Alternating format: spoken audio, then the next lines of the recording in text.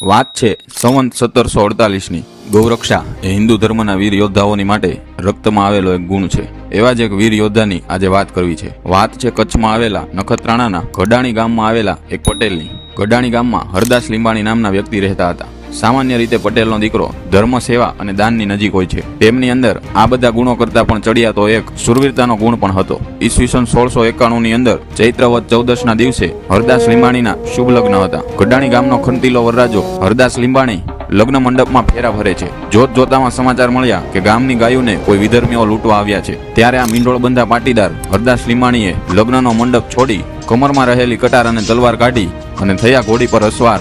એટલું જ નહીં, વિધર્મીઓ સાથે ધીંગાણું કરી ગાયોને બચાવી અને આ ધર્મના ધીંગાણામાં એ વીર પટેલ કામ આવી ગયા। આજે પણ આ વીર પુરુષનો બાળિયો તથા એમનું સ્થાનક એમની વીરતાની સાક્ષી પૂરે છે। ભૃગુ ગોત્રીય લીંબાણી પટેલ પરિવારમાં આજે પણ સુરધન તરીકે પૂજાય છે।